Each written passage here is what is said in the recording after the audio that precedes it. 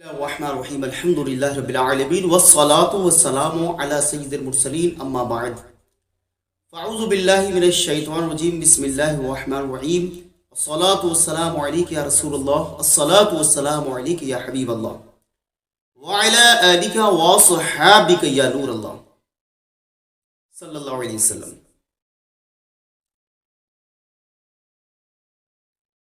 تو اکثر ایک بات یہ بہت لوگ بولتے ہیں کہ خوش قسمت کون ہے. کچھ لوگ کہتے ہیں خوش قسمت وہ ہے کہ جس کے پاس گاڑیاں ہوں. کوئی کہتا ہے خوش قسمت وہ ہے جس کے پاس بنگلے ہوں. کوئی کہتا ہے خوش قسمت وہ ہے جس کی ایک کال پر بات بن جائے. کوئی یہ کہتا ہے خوش قسمت وہ ہے جس کی پولیس محکمے میں چلتی ہو, لیڈر اس کے کام آتے ہو, اس کی بات سنی جاتی ہو. جیسی بندے کی سوچ ویسی بات, ہر بندے کی عقل الگ الگ. لیکن آج ہم دیکھتے ہیں قرآن و حدیث کی روشنی میں کہ خوش قسمت کون ہے. تو سب سے پہلے ایک حدیث ملاحظہ فرمائیں. حضور صلی اللہ تعالی وسلم تشریف فرمائیں, صحابہ کرام آپ کے ساتھ موجود ہیں. آقا علیہ الصلوۃ والسلام نے ارشاد فرمایا صحابہ سے, اے صحابہ میں تمہیں بتاؤں کہ سچا دوست کون ہے اور حقیقی مددگار, یعنی جو ریئل طور سے اس کا مددگار ہے, اس کا دوست ہے, وہ کون ہے, اس کا بھائی کون ہے. آقا نے ارشاد فرمایا, اے صحابہ کسی شخص کا انتقال ہونے کے قریب ہو اور اس کے 3 بھائی ہوں, 3 میں سے وہ ایک بھائی کو بلا اور کہے, اے بھائی تجھے پتا ہے ابھی میں کچھ ہی دیر میں انتقال کر جاؤں گا, دنیا سے چلا جاؤں گا, تو بتا میرے ساتھ کیا کر سکتا ہے, میرا کتنا ساتھ دے سکتا ہے. اب وہ بھائی کہے, اے میرے دنیا سے جانے والے بھائی میں تیرے لیے اتنا کر سکتا ہوں کہ تیرے انتقال کے بعد میں تیرے انتقال کے بعد تجھے نہلاؤں, کفناؤں, جنازہ پڑھوں, قبر میں دفن کروں, اور جب میں واپس آؤں اور تیرے بارے میں لوگ پوچھیں تو میں تجھے اچھائی کے ساتھ یاد کروں. آقا نے فرمایا یہ اس کے اہل و عیال ہیں, یہ حقیقتاً جو ہے یہ اس کے اہل و عیال ہیں جو صرف کفنا سکتے ہیں, دفنا سکتے ہیں اور انتقال کے بعد اس کے اچھائی کے ساتھ یاد کر سکتے ہیں. آقا نے فرمایا, اے صحابہ اس کے بارے میں تمہارا کیا خیال ہے. صحابہ نے عرض کی, یا رسول اللہ صلی اللہ تعالی علیہ وسلم ہم اس میں کچھ بھی بھلائی نہیں دیکھتے. پیارے آقا محمد مصطفیٰ صلی اللہ تعالی وسلم نے ارشاد فرمایا, اے صحابہ. پھر وہ اپنے دوسرے بھائی کو بلائے اور کہے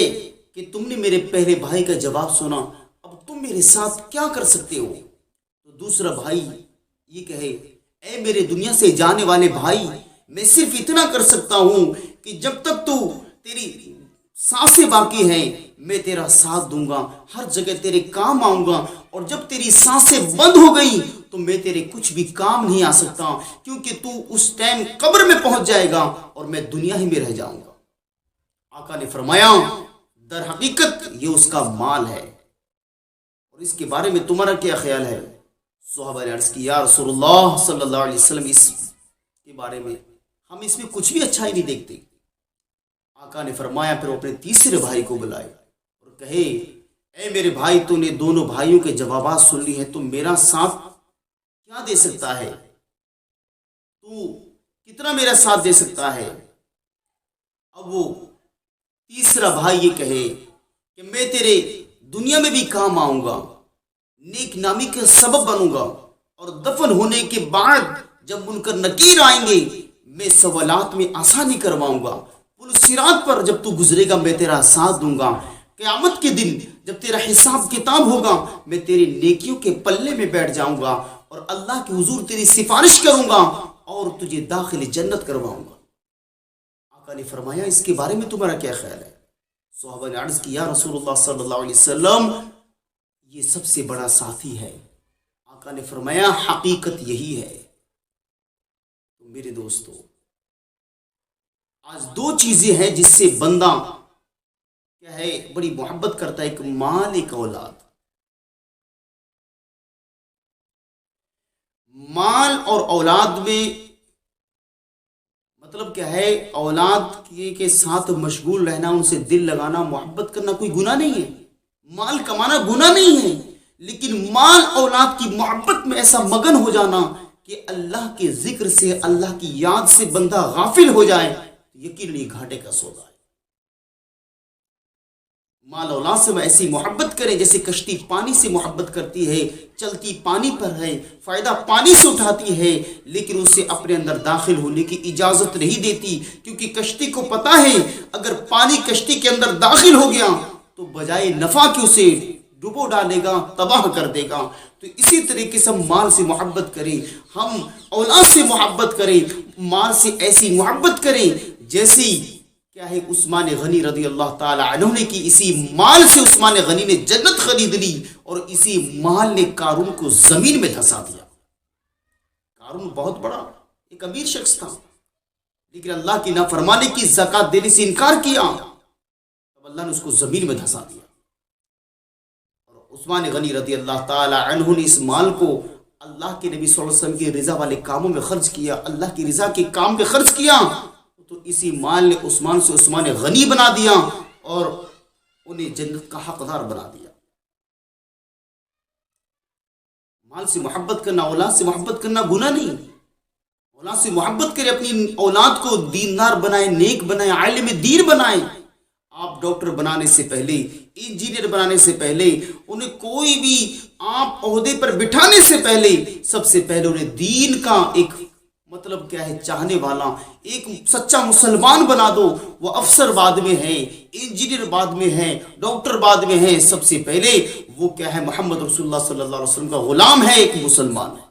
تو مسلمان ہونے کے ناطے اس کے لیے ضروری ہے کہ علم دین حاصل کرے۔ پیارے بھائیو، تو مال سے محبت کرتا ہے بندہ اور اولاد سے۔ جس اولاد کے بلبوتے انسان پھولے نہیں سماتا، جس اولاد کے لیے اپنی راتوں کی نیندیں قربان کر دیتا ہے، جس اولاد کے لیے اپنی راحتیں ختم کر دیتا ہے، جس اولاد کے لیے مصیبتیں مشقتیں جھیلتا ہے، جس اولاد کے لیے طعنے سہتا ہے، جس اولاد کے لیے وہ اپنے کیا ہے تمام طرح کے عیش و آرام کو چھوڑ کر پردیس جا کر بس جاتا ہے، جس مال کے لیے اپنی زندگی کو ختم کر دیتا ہے، جس اولاد کے لیے وہ اپنی زندگی کو ختم کر دیتا ہے، جس اولاد کی بہتری کے لیے اپنی دنیا کو ختم کرتا ہے، اپنی آخرت کو برباد کر ڈالتا ہے، وہ صرف اتنا ساتھ دے گی کہ صرف اسے قبر میں دفنا سکے گی، قبر میں کچھ کام نہیں آئے گی۔ اور وہ مال جس کے لیے راتوں کی نیندیں قربان کی جاتی ہیں، وہ مال جس کے لیے بیسیاں اور کمیٹیاں ڈالی جاتی ہیں، وہ مال جس کے لیے رشوت لی جاتی ہے، وہ مال جس کی محبت بندے کو پاگل بنا دیتی ہے، وہ مال جس کی محبت میں بندہ چوریاں کرنا سیکھتا ہے، وہ مال جس کی محبت بندے کو قتل و غارت پر ابھارتی ہے، دہشت گردی فتنے پر ابھارتی ہے، وہ مال جس کی محبت میں بندہ اپنے گھر کو چھوڑ کر، اپنے ملک کو چھوڑ کر غیر ملکوں کا سفر کرتا ہے، وہ مال جس کی محبت میں بندہ بھائی بھائی سے ٹکرا جاتا ہے، باپ بیٹے ایک دوسرے کے دشمن ہو جاتے ہیں، بلکہ خاندان ایک دوسرے خاندان سے ٹکرا جاتے ہیں، وہ مال صرف اتنا ساتھ آئے گا جیسے ہی سانسیں بند ہوگی یہ وارث مال تقسیم کر لیں گے، کوئی چار نہیں آئے گا۔ تو خوش قسمت کون ہے؟ جس کے پاس مال ہے وہ خوش قسمت ہے، جس کے پاس اولاد ہے وہ خوش قسمت ہے؟ نہیں، خوش قسمت وہ ہے جس کے پاس نیکیاں ہیں، خوش قسمت وہ ہے جس کے پاس نمازیں ہیں، خوش قسمت وہ ہے جس کے پاس اللہ کی رضا والے کام ہیں، خوش قسمت وہ ہے کہ جس کے پاس قرآن پڑھنے کا ثواب ہے، خوش قسمت وہ ہے جس کے پاس سخی دل ہے، خوش قسمت وہ ہے جس کے پاس اللہ کا ذکر کرنے والی زبان ہے، خوش قسمت وہ ہے جس کے پاس نیکیاں کرنے والا دل اور دماغ ہے، وہ خوش قسمت ہے، کیونکہ یہ قبر میں بھی ساتھ جائیں گے، دنیا میں بھی ساتھ جائیں گے، قبر میں ساتھ جائیں گے، اللہ کے حضور یہ سفارش کریں گے۔ خوش قسمت وہ ہے جو مرنے سے پہلے قبر کی تیاری کر لے، خوش قسمت وہ ہے جو نیک اعمال کا ذخیرہ اکٹھا کر لے۔ نیک اعمال سے کیا ہوتا ہے؟ نیک اعمال کی برکت سے اللہ کی رضا حاصل ہوتی ہے، نیک اعمال کی برکت سے جنت کی لازوال نعمتیں ملتی ہے، نیک اعمال بخشش کا ذریعہ ہیں، نیک اعمال پل صراط پر آسانی سے گزرنے کا سبب ہے، نیک اعمال کی برکت سے قبر میں سوالات میں آسانی ہوگی، نیک اعمال بندے کی نیک نامی کا سبب بنتے ہیں، نیک اعمال کے ذریعے سے عمر میں برکت ہوتی ہے، نیک اعمال کی برکت سے اللہ کی رضا حاصل ہوتی ہے، اللہ معاف فرما دیتا ہے، نیک اعمال کی برکت سے اللہ چین و سکون عطا فرماتا ہے، نیک اعمال کی برکت سے اللہ جنت کی لازوال نعمت عطا فرماتا ہے، جہنم سے نجات دے دیتا ہے، نیک اعمال کی برکت سے بندہ ایمان کے ساتھ دنیا سے جاتا ہے۔ خوش قسمت وہ ہے جس کے پاس نیکیوں کا ذخیرہ ہے، اللہ کی رضا والے کام ہیں۔ اور آج ایک خوش قسمت اسے بھی جانا جاتا ہے جو زیادہ سمارٹ ہو، خوبصورت ہو، جس کے پاس گوری چمڑی ہو، اسے بہت خوش قسمت جانتے ہیں۔ ارے فلاں بہت گورا ہے، کریم شریم یہ بلیچ وہ بلیچ لگا لگو کے گورے بن گئے، تو کہتے ہیں بہت گورا ہے، بہت گورا ہے، بڑا خوش قسمت ہے۔ لیکن خوش قسمت وہ ہے، خوش قسمت وہ لوگ ہیں جن کے چہرے قیامت کے دن 14ویں کے چاند کے طرح چمک رہے ہوں گے، دمک رہے ہوں گے، وہ خوش قسمت ہے۔ روایت میں آتا ہے قیامت والے دن کچھ لوگ ایسے ہوں گے جن کے چہرے روشن ہوں گے، عرش اعظم کے گرد ان کے لیے کرسیاں بچھائی جائیں گی، سب لوگ خوف میں ہوں گے لیکن وہ بے خوف ہوں گے، سب کی زبانیں باہر پیاس سے آ رہی ہوں گی لیکن انہیں کوثر کے جام دیے جا رہے ہوں گے، سب لوگ گھبراہٹ میں ہوں گے لیکن وہ اطمینان و سکون میں ہوں گے۔ وہ کون ہوں گے؟ وہ اللہ کے لیے محبت کرنے والے۔ ایک صحابی نے عرض کی سیدنا معاذ بن جبل رضی اللہ تعالی عنہ سے، اے معاذ میں تم سے اللہ کی رضا کے لیے محبت کرتا ہوں۔ تو سیدنا معاذ رضی اللہ تعالی عنہ نے فرمایا، اے فلاں صحابی اگر تو ایسا ہے تو سن لے، میرے رسول اللہ صلی اللہ علیہ وسلم سے سنا ہے کہ قیامت والے دن عرش اعظم کی گرد کرسیاں لگائی جائیں گی اور ان کے چہرے جو کرسیوں پہ بیٹھیں گے 14ویں کے چاند کی طرح دمک رہے ہوں گے، چمک رہے ہوں گے، بے خوف بے خطر ہوں گے اور وہ اطمینان سے بیٹھے ہوں گے۔ عرض کی گئی یا رسول اللہ صلی اللہ علیہ وسلم وہ کون لوگ ہوں گے؟ آقا علیہ الصلوۃ والسلام نے فرمایا وہ لوگ ہوں گے جو آپس میں ایک دوسرے سے اللہ کی رضا کے لیے محبت کرنے والے ہوں گے۔ ایک مسلمان دوسرے مسلمان سے اس لیے محبت کرے کہ وہ کیا ہے؟ اللہ کا بندہ ہے، وہ مسلمان ہے۔ کوئی بمبئی کا رہنے والا، کوئی دلی کا، کوئی کسی کنٹری کا، کوئی امریکہ کا، کوئی یوروپ کا، اگر وہ مسلمان ہے تو آپ کا بھائی ہے، آپ اسے اس نیت سے محبت کریں، اس نیت سے سلام نہیں کریں کہ آپ اسے جانتے نہیں ہیں، آپ اس نیت سے سلام کریں کہ آپ جانتے ہیں یا نہیں جانتے لیکن وہ مسلمان ہے، آپ کا بھائی ہے۔ اللہ آپ کو یہ ثواب عطا فرمائے گا کہ جو اپنے مسلمان بھائی سے اس نیت سے محبت کرے گا کہ وہ مسلمان بھائی ہے، اس کا اسلامی بھائی ہے، اللہ اس کے چہروں کو 14ویں کے چاند کی طرح منور کر دے گا، حوض کوثر کے جام عطا فرمائے گا، عرش اعظم کا سایہ نصیب فرمائے گا اسے۔ اگر ایک بیوی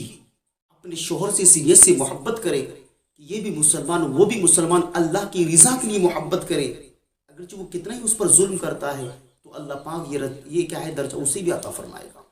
ایک شوہر اپنی بیوی سے اس نیت سے محبت کرے کہ وہ ایک مسلمان کی بیٹی ہے، مسلمان ہے، اللہ کی رضا کے لیے محبت کرے، اللہ اسے بھی یہ مرتبہ عطا فرمائے گا۔ ایک بھائی دوسرے بھائی سے اس نیت سے محبت کرے کہ وہ مسلمان بھائی ہے تو اللہ اسے یہ رتبہ عطا فرمائے گا۔ لیکن آج ہماری حالت کیا ہے؟ میاں بیوی میں آپس میں تنی پڑی ہے، ساس بہو کے جھگڑے ہیں، ایک پڑوسی دوسرے پڑوسی کو کھائے جا رہا ہے، ایک بھائی دوسرے بھائی کا قاتل بنے جا رہا ہے، ایسا ہم نے نظام کر رکھا ہے، سکون ختم ہو چکا ہے، ایک دوسرے کے خون کے پیاسے ہو چکے ہیں۔ ارے حضور نے تو ہمیں وہ اسلام دیا تھا، اگر تم چاہے جانتے ہو یا نہیں جانتے ہو، اگر تم اللہ کی رضا کے لیے اپنے مسلمان بھائی سے محبت کرو گے تو اللہ تمہیں عرش اعظم کا سایہ دے گا، حوض کوثر کے جام دے گا، تمہارے چہروں کو منور کر دے گا۔ یہ ہمارے اسلام نے ہمیں دیا، ہمارے حضور صلی اللہ علیہ وسلم یہ انعام ہمیں اللہ کی طرف سے دلوایا، لیکن ہم ہیں ایک دوسرے کے خون کے پیاسے ہو گئے، ایک دوسرے کے دشمن بن گئے۔ ہم کدھر جا رہے ہیں؟ کدھر جا رہے ہیں؟ محبت کریں ایک دوسرے سے محبت کریں، اس نیت سے محبت کریں کہ اللہ تعالیٰ تمہیں یہ درجہ عطا فرمائے۔ پیارے بھائیوں، ایک دوسری حدیث سنتے چلے۔ آقا علیہ الصلوۃ والسلام تشریف فرمائے، حضور نے اعلان فرمایا اب ایک جنتی گزرے گا۔ صحابہ کی توجہ راہ کی طرف ہو گئی کہ کون گزرنے والا ہے، کون گزرنے والا ہے۔ تو کچھ دیر میں ایک صحابی گزرے جن کے چہرے سے پانی کے قطرے ٹپک رہے تھے، جو وضو کے پانی کے قطرے ٹپک رہے تھے۔ اور دوسرے دن پھر آقا نے پھر فرمایا ابھی کچھ دیر میں ایک جنتی گزرے گا۔ پھر صحابہ نے توجہ کی، پھر وہی شخص گزرے جو پہلے دن گزرے تھے۔ تیسرے دن پھر حضور نے فرمایا کہ ابھی ایک جنتی گزرے گا۔ پھر وہی صحابی گزرے جو پہلی بار گزرے تھے، اور اسی حالت میں کہ ان کے چہرے سے ہاتھ سے وضو کے قطرے ٹپک رہے تھے۔ تو ایک جو دوسرے صحابی تھے ان کے پیچھے ہو لیے اور اجازت چاہی کہ اگر آپ اجازت دے دیں تو میں آپ کے ساتھ رہنا چاہتا ہوں۔ 3 دن رہنے کی اجازت دے دی۔ ان کے دن رات دیکھے، رات میں دیکھا کہ نماز پڑھتے ہیں اور پھر کیا ہے وہ آرام کرتے، اللہ کا ذکر کرتے کرتے سو جاتے ہیں، صبح پھر فجر پڑھتے ہیں۔ تو اسی طریقے سے 3 دن گزر گئے۔ 3 دن کے بعد ان صحابی نے دوسرے صحابی سے پوچھا، یعنی جو جن کے بارے میں حضور نے خوشخبری سنائی تھی کہ میں 3 دن آپ کے ساتھ رہتے ہوئے ہو گئے، اور اس نیت سے میں آیا تھا کہ میں آپ کے کیا عبادات کو دیکھوں، آپ کا رہن سہن دیکھوں، تاکہ میں بھی آپ کی طرف کچھ عمل کروں اور جان لوں ایسا آپ کون سا عمل کرتے ہیں کہ حضور پاک صلی اللہ علیہ وسلم نے 3 بار آپ کو جنتی کی بشارت عطا فرمائی ہے۔ تو صحابی نے عرض کی اے میرے بھائی، میں کوئی زیادہ کوئی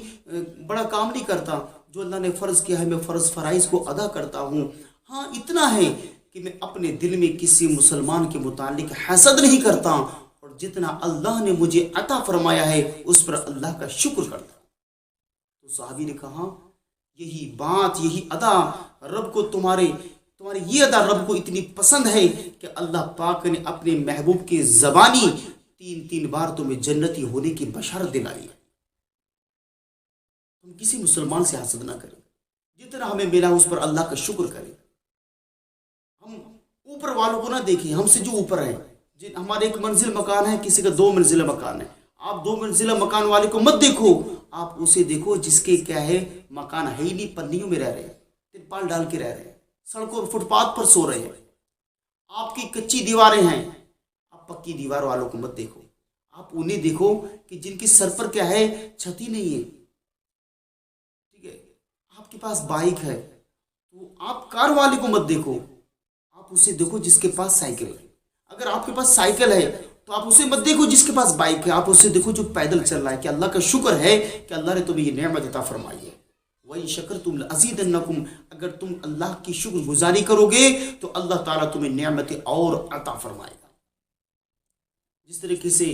ایک اللہ والے تھے تو ان کے پیر میں چپل نہیں تھی، تو انہوں نے عرض کیا اللہ عز و جل میں تیرا ذکر کرتا ہوں، مجھے اللہ بتا میرے پیر میں چپل تک نہیں ہے۔ کتنے افسوس کی بات ہے، سب کے پاس چپل جوتے ہیں لیکن میرے پاس میں چپل تک نہیں ہے۔ اب وہ نماز پڑھنے کے لیے جب مسجد گئے تو کیا دیکھتے ہیں، ایک ایسا شخص ہے جس کے پیر ہی نہیں ہے، تو دیکھ کے کیا کہتے ہیں اے اللہ تیرا شکر ہے کہ تو نے مجھے پیر تو دیے ہے، مجھے ضرورت نہیں چپل جوتے کی، تیرا شکر ہے مجھے تو نے پیر تو دیے ہیں۔ تو پیارے دوستو، پورے بیان کا خلاصہ یہ نکلا، خوش قسمت وہ ہے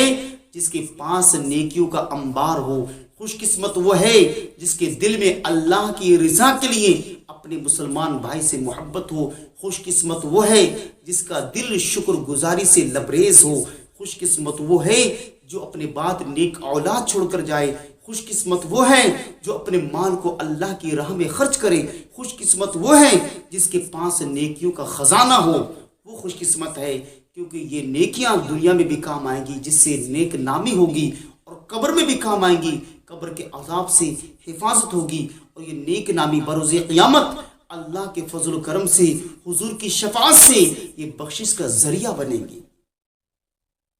ٹھیک ہے، تو ہم سب کو چاہیے خوش قسمت بنے، اور خوش قسمت کیسے بنیں گے؟ ہمیں نیک عمل کرنے ہیں، دینی تعلیم حاصل کرنی ہے، خود بھی نیک بننا ہے، دوسروں کو نیکی کی دعوت دینی ہے، ہم اپنے بچیوں کو دین کی عالمہ بنائیں، انہیں اگر آپ دنیا کی تعلیم دے رہے ہیں، یہ ایک مطلب کیا ہے طرح کہ کورسز کروانا ہے، تو انہیں کم سے کم اتنا کورس ضرور کروا دو کہ وہ دین کے بارے میں اتنی جاننے والی بن جائیں کہ حلال و حرام کیا ہے۔ ہمارے اسلامی بھائی نوجوان ایسے انہیں بھی اتنا علم سیکھنا ضروری ہے تاکہ پتہ لگ جائے اسلام کہتے کسے ہیں. الحمدللہ مدرسہ گلشن سعدیہ جو سرزمین حترہ ضلع بدایوں سرزمین حترہ یو پی میں چل رہا ہے. کثیر تعداد میں اسلام بہنیں دینی تعلیم حاصل کرتے ہیں. تو جو یہاں کے رہنے والے ہیں وہ مدرسے میں تعلیم حاصل کریں, اور جو کیا ہے باہر ہے تو انشاءاللہ آن لائن بھی سسٹم ہے, آپ آن لائن پڑھائی کریں. کورسز چلتے اسلامی بہنوں کے کورسز الگ ہیں, اسلامی بھائیوں کے الگ ہیں, 1 مہینے کے, 2 مہینے کا, 3 مہینے کا, سال بھر کا, یہ طرح طرح الگ الگ کورسز ہیں. کورسز کریں. اللہ تعالی ہم سب کو نیک عمل کرنے, گناہوں سے بچنے کی توفیق عطا فرمائے. توبوا الی اللہ, استغفر اللہ, لا الہ الا اللہ, محمد رسول اللہ.